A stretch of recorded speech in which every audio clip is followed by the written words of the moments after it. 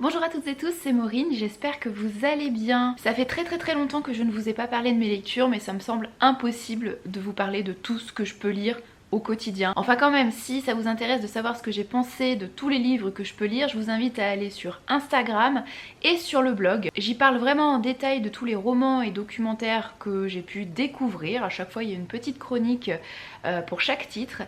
Et en ce qui concerne les graphiques, globalement j'en fais un petit avis, un petit résumé sur le blog dans mes C'est lundi que lisez-vous et un petit peu en story sur Insta, je dis quelques mots si j'ai aimé ou pas. En revanche ici sur YouTube ça me paraît assez compliqué de vraiment vous parler de tout, donc j'ai décidé cette année d'inaugurer une sorte de petit rendez-vous. Alors ne vous emballez pas, il n'y a rien d'extraordinaire là-dedans, je me suis juste dit que chaque trimestre j'allais revenir sur mes lectures les plus marquantes, mes meilleures lectures. Donc là ok, on est déjà mi-mai, je suis un poil en retard, mais je vais essayer de vous parler assez rapidement de mes plus belles lectures du premier trimestre 2021, donc de janvier à fin mars. Alors vous allez voir, il y a des coups de cœur, mais il y a également aussi des lectures qui sont tout simplement marquantes pour une raison ou pour une autre. Je commence avec Un bûcher sous la neige de Susan Fletcher aux éditions J'ai lu, que j'ai lu pour honorer ma palle hivernale. Vous aviez sélectionné 6 titres que je devais lire absolument et celui-ci en faisait partie. Je pense même que c'est celui qui était arrivé vraiment en tête de liste. C'était votre grand favori et je vous remercie parce que effectivement ça a été vraiment une excellente lecture, ça a été un coup de cœur. Là je pense qu'on peut aller jusque là. Alors Un bûcher sous la neige, que vous avez très certainement vu passer déjà à plusieurs reprises puisqu'il est très souvent mis en avant et notamment lors du Cold Winter Challenge. C'est un titre plutôt historique qui se déroule en Écosse au XVIIe siècle. On va y suivre une jeune fille qui s'appelle Corag. On la découvre alors qu'elle est emprisonnée aux alentours de Glencoe, qui est une petite bourgade, je sais pas comment vous expliquer ça, au nord de Glasgow, plutôt côté ouest quand même. Voilà, pour vous situer un petit peu. C'est un territoire qui est vraiment vallonné, bon un peu comme partout en Écosse, et très sauvage, et encore plus au XVIIe siècle. Bref, on va faire la connaissance de Corag qui va raconter son histoire, et qui va la raconter à un intermédiaire qui est un prêtre irlandais, qui est ici un petit peu en agent double, car il veut en savoir plus sur un massacre qui a eu lieu à Glencoe quelques jours auparavant, et il a l'impression que Corag est liée en tout cas à ce massacre là et qu'elle aurait des détails, des choses à apporter. Mais avant d'en arriver là, Corag va lui livrer son histoire et on va découvrir nous aussi, lecteurs, cette histoire à travers son témoignage. Alors au début on découvre un petit peu ce témoignage de façon un peu biaisée parce que le prêtre il a des convictions assez arrêtées, des idées assez arrêtées sur la personnalité de Corag. Pour lui, elle est là parce qu'elle le mérite. C'est une jeune femme qualifiée de sorcière, hein, qui a une vie de débauchée, et si elle est là, elle l'a bien méritée. Et si elle attend son exécution sur le bûcher, c'est qu'il y a bien une raison. Bref, il est vraiment convaincu de sa culpabilité. Et alors que Corag va nous livrer son récit, son histoire de sa plus tendre enfance, à ce qui a pu lui arriver les jours précédents, le prêtre va petit à petit évoluer, changer plus ou moins d'idées.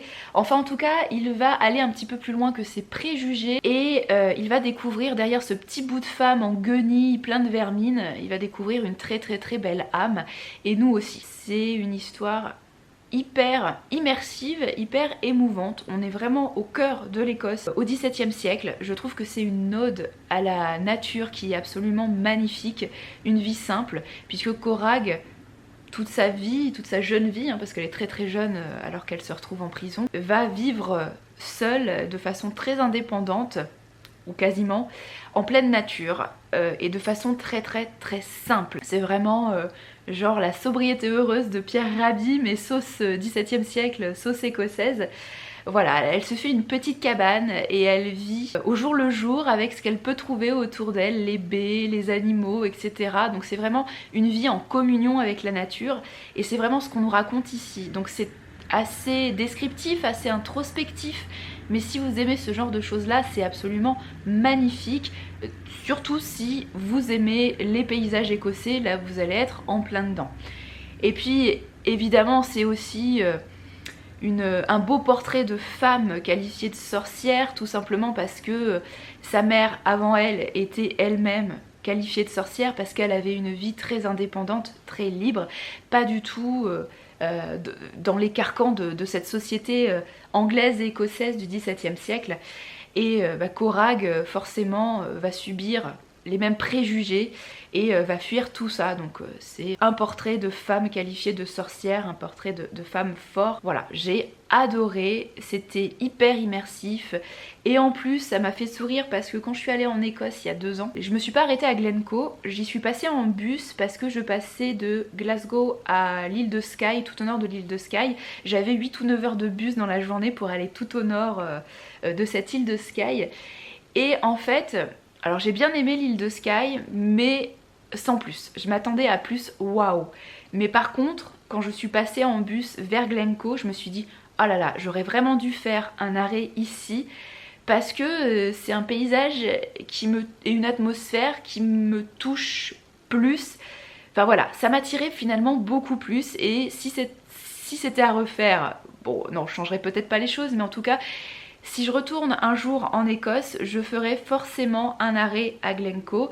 Et maintenant que j'ai lu cette histoire, eh ben, j'aurai une vision encore un peu plus différente de ce paysage-là et de ce qui a pu s'y passer. Je vais juste vous lire un petit passage, j'en ai repéré plusieurs, mais je sais pas, j'ai envie de vous lire celui-ci. Voilà, c'est celui que j'ai retrouvé là, donc c'est parti. Solitaire, moi, jamais et toujours. Ça venait de sorcière, rien que ce mot. Quand est-ce que je n'ai pas du tout été solitaire au fond de moi? Guère souvent. Voir la beauté vraie de la nature peut chasser la solitude, car les soleils couchants et les lumières d'hiver vous font dire en vous « je ne suis pas seule », vous le sentez devant tant de splendeur. Mais ça peut aussi la rendre plus aiguë. Elle est douloureuse quand on voudrait avoir quelqu'un avec soi. En voyant cette beauté, on pense quelquefois « ça ne compte pas autant qu'eux ». Et pauvre, vous croyez qu'à Glencoe j'étais pauvre? Loin de là. Sans argent, oui. Mais est-ce que l'argent peut donner la vraie richesse? Les gens semblent courir après les faveurs ou un titre, comme si c'était ça l'important, comme si une monnaie ou deux apportait le bonheur, comme si le monde naturel et la place qu'il nous offre ne valaient rien, comparé à une bourse bien remplie ou au titre de comte, de duc. C'est peut-être vrai pour eux, pas pour moi, à aucun moment. J'étais plus riche que jamais, assise, jambes croisées parmi les dernières digitales, à regarder une grosse abeille vivre sa vie. Elle s'enfonçait dans une fleur, il n'y avait plus que son derrière qui dépassait. Elle s'arrêtait de bourdonner, puis elle ressortait lentement avec un bourdonnement plus fort et des ailes poudrées. Elle allait de fleur en fleur, et moi qui l'observais pendant des heures, je pensais être plus riche grâce à elle que si on m'avait couverte d'or. Pauvre? Non. Solitaire? Un peu, au fond de moi. Voilà, je ne peux que vous conseiller cette belle lecture. Également à l'occasion de ma pile à lire hivernale et parce que vous l'aviez choisi, j'ai lu le premier tome du Peuple des Reines de Megan Lindholm, qui n'est autre que Robin Hobb, aux éditions Le Pré au Clair. Et ce premier tome a été un coup de cœur. Depuis, j'ai lu le tome 2, Le Frère du Loup, toujours de Megan Lindholm et toujours aux éditions Le Pré au Clair, que j'ai peut-être un tout petit peu moins aimé, mais globalement c'est quand même une duologie que je ne peux que vous conseiller et qui, il me semble, va être rééditée très bientôt cet été aux éditions ActuSF. J'ai vraiment beaucoup aimé et encore une fois je salue l'émotion que peut nous offrir Megan Lindholm ou Robin Hobb dans ses récits. C'est un titre qui a été écrit il y a pas mal de temps, je pense à la fin des années 80. Donc ça doit faire partie des premiers romans en fait de Robin Hobb. Mais j'ai trouvé que c'était déjà un texte qui était hyper abouti, notamment comme je vous le disais dans les émotions, mais aussi dans la description des relations qui peuvent lier les personnages entre eux. Alors pour vous expliquer un petit peu de quoi ça parle, c'est considéré comme de la fantaisie, même si en fait, oui, bah c'est imaginaire, hein, parce que c'est une histoire qui n'existe pas, qui prend place dans un univers plus ou moins préhistorique. Alors je pense que ça n'a aucune légitimité archéologique historique, hein, soyons clairs. Mais c'est voilà, tendance primitive, tendance préhistorique. Et en fait, le côté fantaisie, c'est plus une fantaisie chamanique, on va dire, voilà, avec un chaman qui a des visions dans des tribus. Voilà, c'est plus le côté là, le côté fantaisie imaginaire. Ne vous attendez pas à des dragons, à des créatures magiques, etc., de la magie, des pouvoirs vraiment visibles.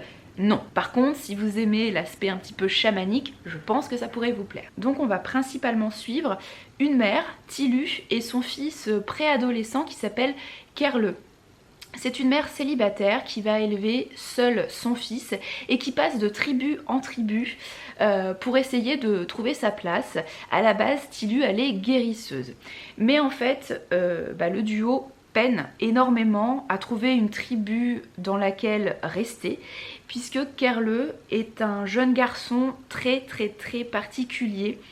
On va le comprendre au fil des pages. Alors ce n'est jamais dit évidemment dans l'histoire, parce que si on se base sur le côté historique, préhistorique, c'est une conception qui n'existait pas. Mais nous aujourd'hui, avec nos yeux 21e siècle, je pense qu'on pourrait dire que Kerle était atteint d'autisme. Et donc voilà, il peinait énormément à trouver sa place dans les tribus qu'il pouvait visiter avec sa mère. Donc à chaque fois, ils sont chassés parce que Kerle fait une bêtise, quelque chose qui n'est pas approprié, et donc ils sont bannis de la tribu. Donc ils avancent. Là, les choses sont un petit peu différentes. Tilu et Kerle vont fuir leur dernière tribu, tout simplement puisque Kerle a tapé dans l'œil du chaman qui s'appelle Carpe. Enfin, tapé dans l'œil. Dit comme ça, c'est un peu bizarre. En fait, Carpe a fait de Kerle son apprenti et lui apprend à devenir chaman, ce qui ne plaît pas du tout à Tilu, qui trouve que le chaman a une très mauvaise influence sur son fils.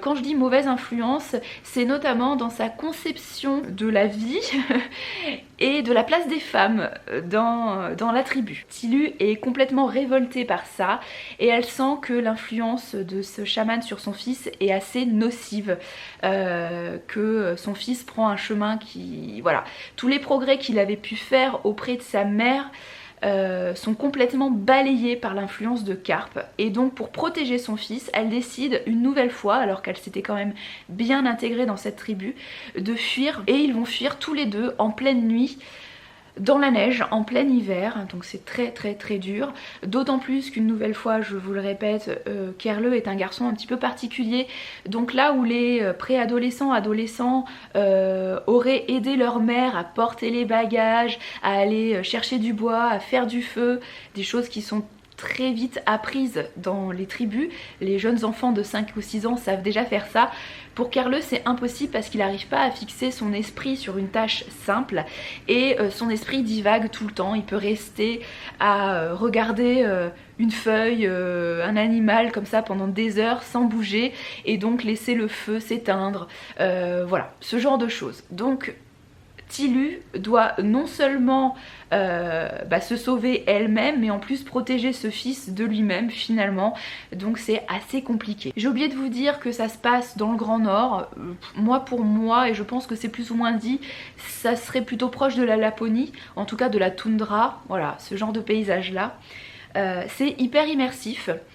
Ça peut paraître un petit peu lent, puisque pendant une grosse partie de ce premier tome, on va suivre la fuite de ce duo et leur rencontre avec une nouvelle tribu. Et notamment avec 2 hommes de cette nouvelle tribu qui sont Ekram, alors qui lui est un guerrier qui...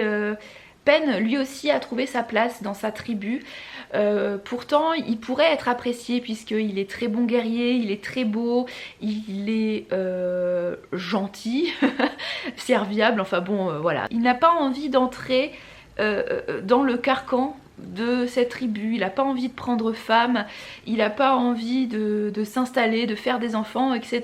Il se sent pas prêt et ça pèse un petit peu sur lui. Et l'autre qu'ils vont rencontrer s'appelle Joboam, et alors lui il est à la fois adoré par pas mal de membres de la tribu parce que c'est le guerrier macho dans toute sa splendeur, et on va le découvrir, il a une face cachée assez violente, assez agressive, et en même temps il est craint par une autre partie de la tribu, notamment les femmes, puisqu'il a des comportements vraiment très répréhensibles pour nous, lecteurs du 21e siècle, mais pour ces tribus primitives, dans la normale en fait, en gros. Il y a quand même une volonté des femmes dans cette histoire, et notamment de Tilu, la mère, de s'émanciper de cette tribu préhistorique primitive.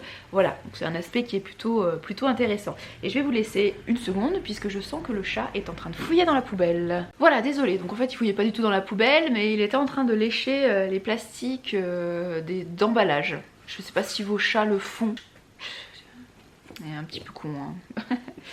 Bref, je vous disais donc un côté un peu émancipation féminine dans cette duologie qui est très appréciable, mais je pense que ce que j'ai vraiment préféré dans cette histoire, c'est vraiment la relation, le lien qu'il peut y avoir entre Tilu et son fils Curleu, qui est un enfant plutôt difficile, et cet attachement qui oscille constamment entre un amour énorme et en même temps le côté... Tilu, des fois elle en a le ras-le-bol et elle se dit bah en fait ça serait plus simple si finalement j'abandonnais Curleu à Carpe, voilà, je pourrais enfin vivre ma vie de femme, je pourrais enfin être heureuse sans un poids sur les épaules, sans cet enfant très particulier à élever. Voilà, donc ça aussi toujours entre les deux. Et alors moi-même je ne suis pas mère et je ne suis pas mère d'un enfant qu'on pourrait qualifier d'autiste.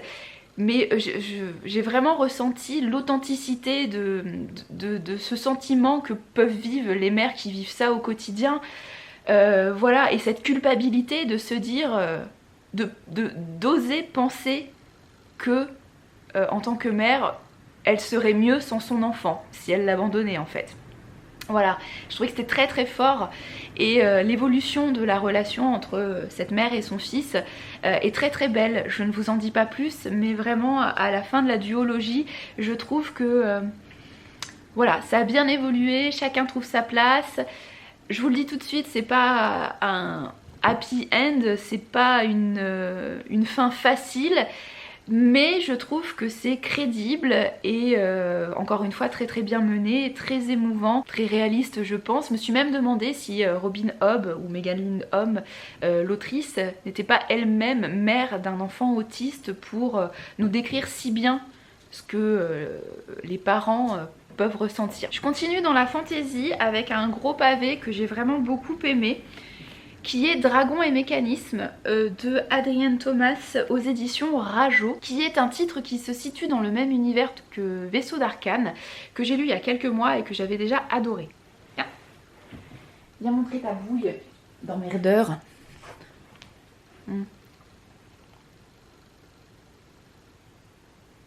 Voilà. Bref, alors je reprends avec Dragon et mécanisme.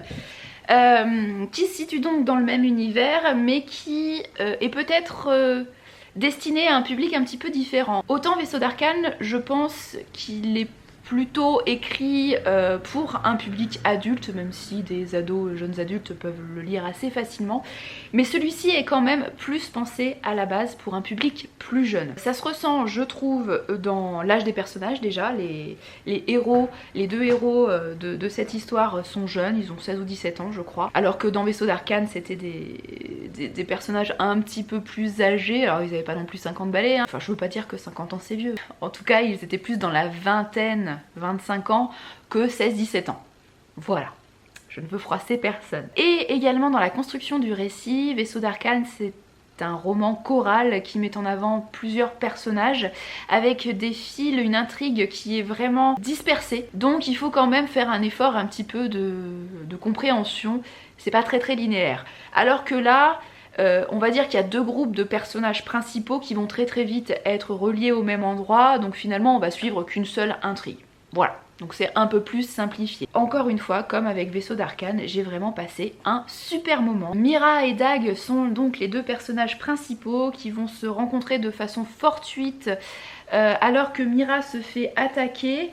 Et ils vont fuir tous les deux dans une forêt profonde dans laquelle vivent des dragons, entre autres dangers. J'ai trouvé les personnages plutôt bien écrits, plutôt bien campés. J'ai aimé l'évolution de leur relation.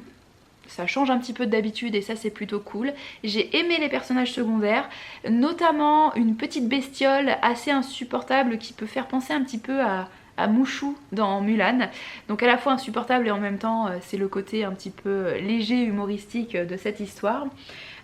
D'autres personnages secondaires qui font partie de tribus assez particulières dans la forêt, qu'on va rencontrer assez loin dans l'intrigue, donc je vous en dis pas plus, mais qui ont, alors comment dire, à la fois une enveloppe et une sexualité qui varie, je sais pas comment vous dire ça.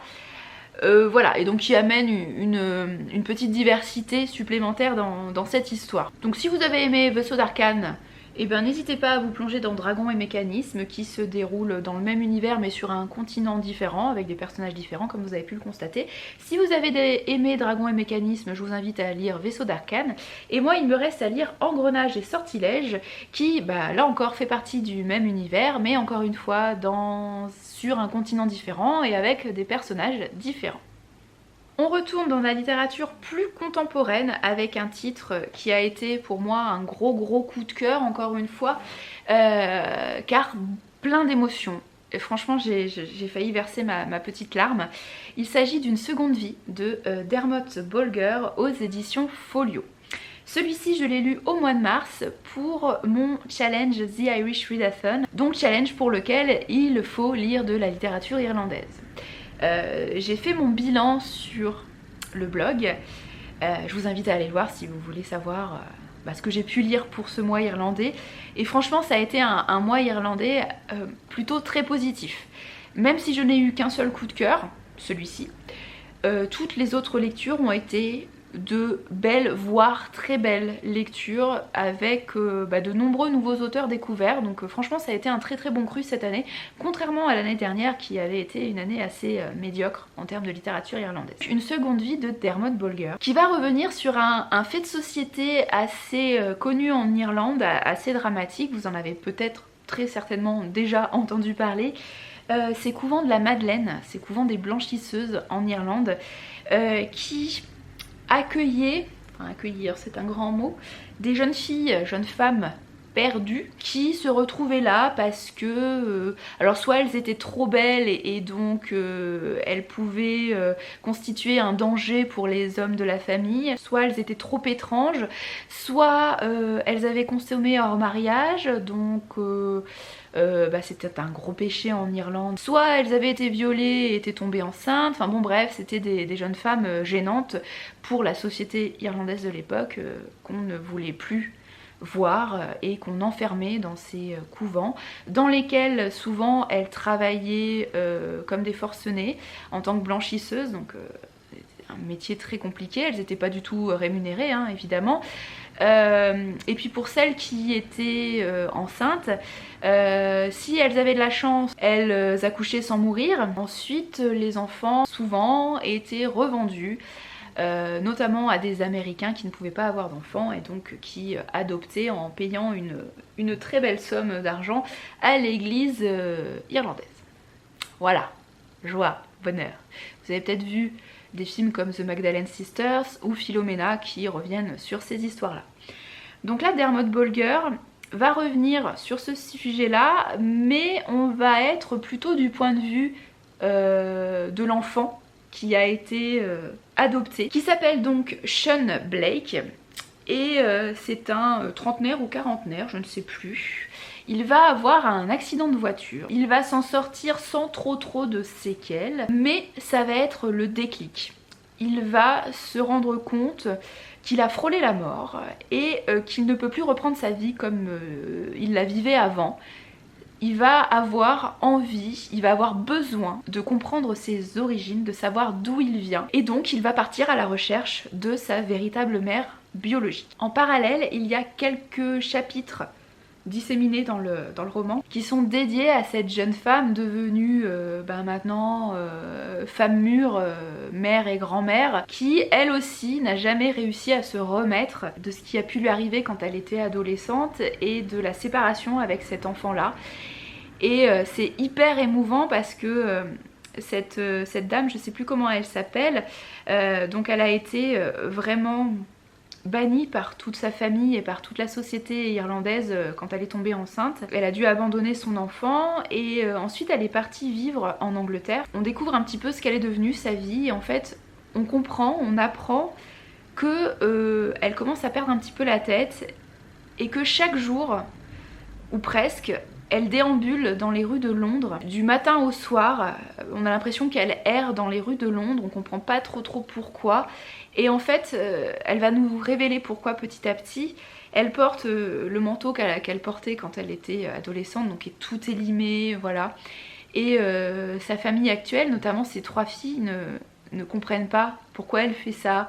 Elle perd l'esprit, etc. Et voilà, bon bah je vous en dis pas plus, hein, vous comprendrez peut-être, mais c'est hyper émouvant. D'ailleurs j'ai un petit peu la voix qui tremble parce que c'est un fait de société qui est très dramatique, hein, qui a énormément touché l'Irlande. On a beaucoup écrit et tourné des films sur le sujet, mais je sais pas, ce livre-là, il y a une voix narrative, une émotion supplémentaire que j'ai pas forcément retrouvée dans d'autres titres. Je trouve que Dermot Bolger... il se met à la place de ce garçon, de ce père, hein, lui-même, qui cherche la vérité sur ses origines, qui fouille, qui est presque en train de foutre sa vie de famille en l'air alors qu'il a tout pour être heureux, mais il a tellement besoin d'avoir des réponses sur la vérité de ses origines que... voilà, c'est une souffrance pour lui, et tant qu'il n'aura pas les réponses à ces questions, il ne pourra pas... reprendre sa vie et avancer. Et ça remet un petit peu en perspective sa propre place de père, son amour pour ses enfants, etc. Donc ouais c'est très beau. J'ai trouvé ça hyper bien écrit. Ce que j'ai trouvé aussi assez intelligent, c'est que même si on incrimine, enfin Dermot Bolger incrimine l'église catholique irlandaise, il est quand même très nuancé dans ses propos et il nous montre un petit peu les deux faces de ces histoires-là. À la fois effectivement ces jeunes femmes qui étaient enfermées dans ces couvents, mais aussi ces sœurs, ces nonnes qui étaient là, pas forcément toujours de leur plein gré non plus, et qui elles aussi subissaient un système, une société qui les forçait à être là et à faire ce qu'elle faisait. Et je trouve ce discours très intelligent et très émouvant. Là aussi je vais essayer de vous lire un petit passage. Elle est peut-être encore dans le couvent où elle vous a eu, dit la plus âgée des 2 femmes. Certaines d'entre nous ne repartaient jamais. Elles ne savaient pas qu'elles en avaient le droit, ou peut-être les avait-on poussées à une telle honte d'elles-mêmes qu'elles en avaient perdu toute volonté. Dans la blanchisserie où mon enfant est né, il y en avait une qui était là depuis 34 ans. Un prêtre l'y avait amenée quand elle avait 16 ans. Elle n'avait même pas eu d'enfant, mais ses parents étaient morts et elle s'était retrouvée seule au milieu de ses frères. Elle était considérée comme une trop grande tentation. Elle travaillait 12 heures par jour dans la blanchisserie du couvent. Une véritable esclave, les religieuses ne lui ont jamais payé un sou. Elle les remerciait tout le temps, tellement elle craignait qu'elle la chasse. Elle était reconnaissante du moindre signe d'affection. Je n'ai jamais oublié son visage, je ne l'oublierai jamais. Et l'autre passage, la façon dont les choses se passaient était lamentable. Vous avez toutes les raisons d'être en colère, mais ces erreurs étaient plus souvent commises par ignorance que par cruauté. Vous devez comprendre, nous étions peu instruites, nous entrions au couvent alors que nous étions nous aussi encore des enfants, nous ne connaissions rien du monde réel. Dès que nous avions revêtu l'habit noir, nous devions nous occuper des autres et être capables de faire face à n'importe quelle situation. Certaines étaient de vraies garces, en particulier sœur Teresa, qui apparemment avait des responsabilités importantes. En tout cas, nous étions là. Que serait-il arrivé à votre mère ou à vous si nous ne l'avions pas été?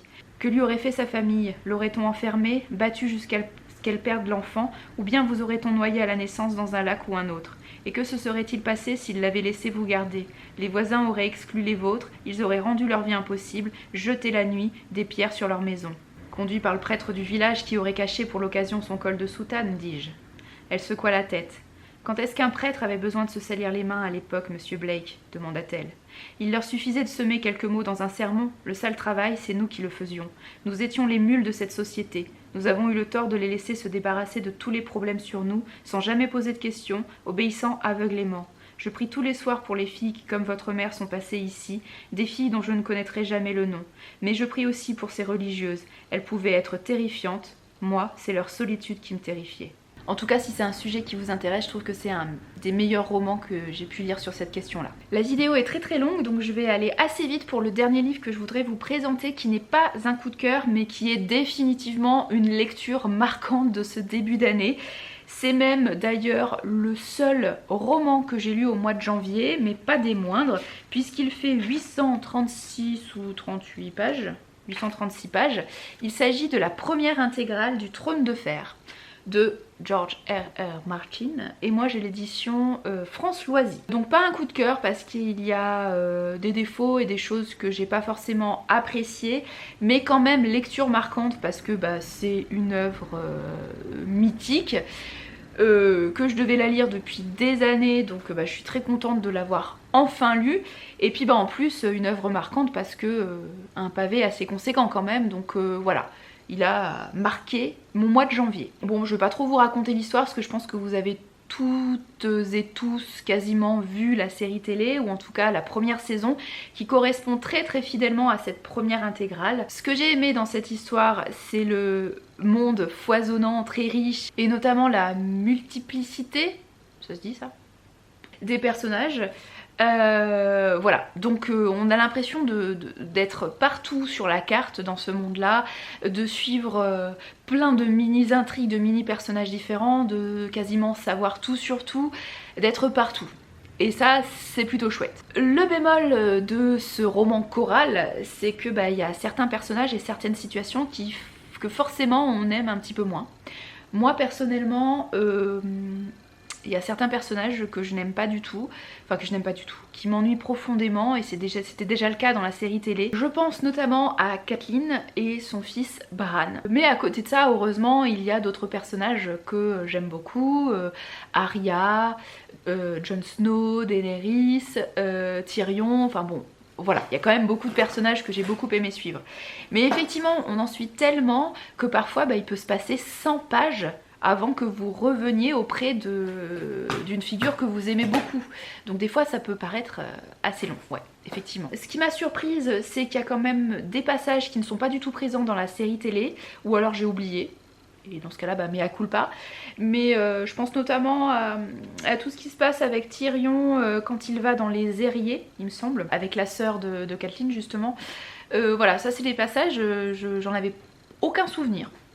Alors peut-être, voilà, encore une fois, mea culpa, c'est moi qui ai une mémoire défaillante et en fait ça se passe vraiment dans la série. Genre des scènes inédites, donc ça c'était plutôt cool. Par contre, il vaut mieux être prévenu, la plupart des personnages ont été énormément vieillis dans la série télé, je pense pour choquer beaucoup moins, puisque dans le texte d'origine, les enfants sont vraiment des enfants.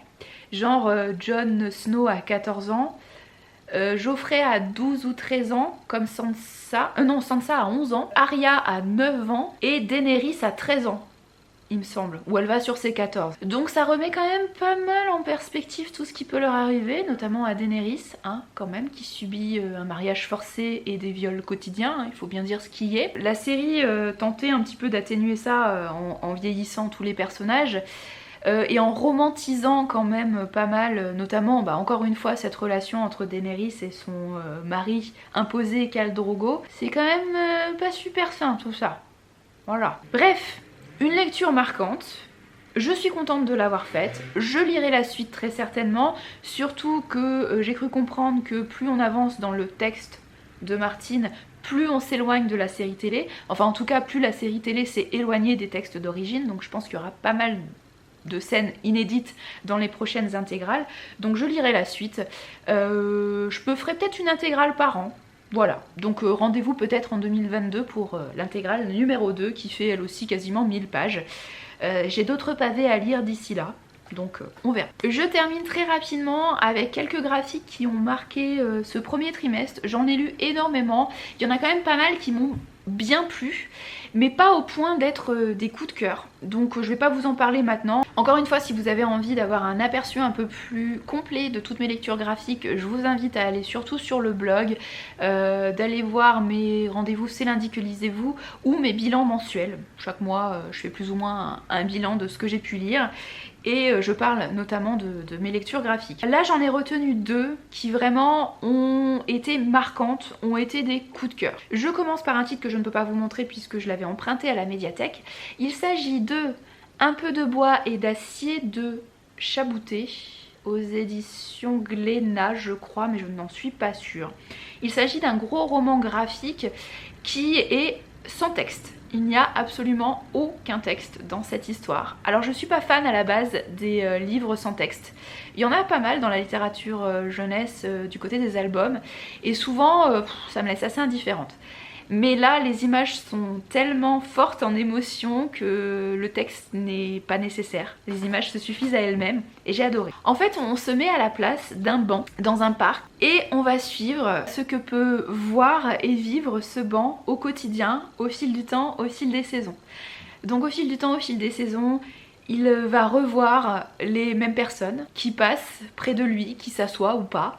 Il y a des gens pressés, il y a des gens qui flânent, il y a des amoureux, il y a des gens qui se séparent. Il y a parfois des passages très tristes, je pense notamment à un couple de personnes âgées qui, alors peut-être pas tous les jours, mais peut-être une fois par semaine, viennent s'asseoir sur ce banc et se partagent une pâtisserie. Et un beau jour, je n'en dis pas plus. Mais les images se suffisent à elles-mêmes. C'est plein de rencontres, de petits moments vraiment, mais tout simples du quotidien qui font la beauté des choses. Et j'ai trouvé ça, encore une fois, d'une grande simplicité, mais d'une grande émotion. C'est en noir et blanc. Je ne peux que vous conseiller, c'est magnifique. J'ai presque envie de me l'acheter pour l'avoir dans ma bibliothèque parce que vraiment, je l'ai trouvé très beau. L'autre histoire donc que je voudrais vous présenter, il s'agit d'un manga. À la base je voulais vous présenter que le tome 1, mais depuis j'ai lu les 5 tomes et j'ai terminé la série. Je l'ai même terminé hier en fait, pour tout vous avouer, j'ai lu le 5e tome hier et donc je peux vous montrer au moins le 5e tome. Vous avez un aperçu quand même visuel de à quoi peut ressembler cette histoire, qui s'appelle donc Just Not Married de Kinoko Higurashi et c'est aux éditions Kana, collection Big. C'est un manga qui est court, 5 tomes, c'est plutôt très cool, qui est très contemporain, pas de magie là-dedans, rien du tout, c'est vraiment une histoire ancrée dans notre présent, dans notre 21e siècle, enfin en tout cas dans le 21e siècle japonais plutôt, puisque la culture nippone est assez présente dans cette histoire-là. On va suivre un couple de jeunes gens, ils ont bientôt 30 ans et ça fait plus de 10 ans qu'ils sont ensemble. Et en fait, à chaque fois qu'ils rencontrent des gens, les gens leur demandent « mais ça fait 10 ans que vous êtes ensemble, mais pourquoi vous n'êtes pas mariés ? Mais pourquoi ?» Le mariage, a priori, c'est quand même une tradition très implantée au Japon, même pour les nouvelles générations. Et le couple est parfois un peu gêné de tout ça, mais finalement réussissent à répondre chacun de leur côté et s'en sortent plutôt bien. C'est un manga qui est plutôt basé sur des petites touches de quotidien, puisque chaque chapitre présente un moment du quotidien. Voilà, c'est des petits portraits, des petites touches, des petites peintures du quotidien, je ne sais pas comment dire ça autrement. Et l'autre particularité, c'est qu'à chaque fois on a les deux points de vue. À chaque fois on a le point de vue de Ritsuko je crois, et de Nonchan, je pense qu'il s'appelle, je ne retiens pas du tout les prénoms, et encore moins les prénoms étrangers, j'avoue, comme c'est des sonorités qu'on connaît moins, je retiens encore moins. Mais oui, c'est Ritsuko et Nonchan. Et c'est super drôle de voir à quel point la même situation peut être vue et vécue de façon complètement différente par deux personnes qui pourtant vivent ensemble et se connaissent, mais ont des perceptions différentes. Et voilà, j'ai trouvé ça très authentique, très vrai, je me suis reconnue dans pas mal de situations. Monsieur Lou l'a lu en même temps que moi et il était d'accord là aussi. C'est assez amusant, assez émouvant de suivre ce couple au quotidien et de se rendre compte que parfois par manque de communication, mais vraiment effectivement une même situation peut être perçue de façon complètement différente. J'avais un peu peur de la fin. Je me demandais comment la mangaka, je crois que c'est une jeune femme, voulait conclure cette histoire. Et en fait je suis assez contente de cette fin que j'ai trouvée très émouvante et très juste. Voilà, je pense que la justesse et l'authenticité, ce sont vraiment les deux mots que je pourrais retenir pour qualifier cette histoire. Les dessins sont plutôt cool, pas extraordinaires, mais voilà, c'est plutôt assez agréable à regarder. Si vous êtes lecteur de manga, si ce sont des thématiques qui vous intéressent, bah, c'est une petite série que je vous conseille avec grand plaisir. Voilà, c'était une très longue vidéo. Je voulais pas revenir très longuement sur chacun des livres, mais en fait, comme d'habitude, je suis super bavarde et j'ai plein de choses à vous dire. Et encore, à chaque fois, comme d'habitude, j'ai l'impression que j'ai oublié plein de choses. Mais si vous voulez peut-être des avis encore plus détaillés et surtout un peu plus structurés, je vous invite encore une fois à aller sur le blog. Vous y trouverez vraiment mes avis complets. Je vous remercie d'avoir regardé cette vidéo, surtout si vous êtes arrivé jusque là. désolée. Si vous avez aimé, n'hésitez pas à mettre un petit pouce positif, ça fait toujours plaisir et c'est assez cool pour le référencement YouTube. N'hésitez pas, si vous avez le temps, à mettre un petit commentaire ou à faire un petit partage. Je lis toujours vos commentaires avec énormément de plaisir et d'émotion. Voilà, et je vous remercie infiniment, infiniment pour votre gentillesse, pour votre soutien.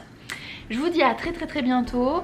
Je ne sais pas du tout quelle sera la prochaine vidéo. Je vous souhaite de très belles lectures. Prenez soin de vous et à bientôt. Salut!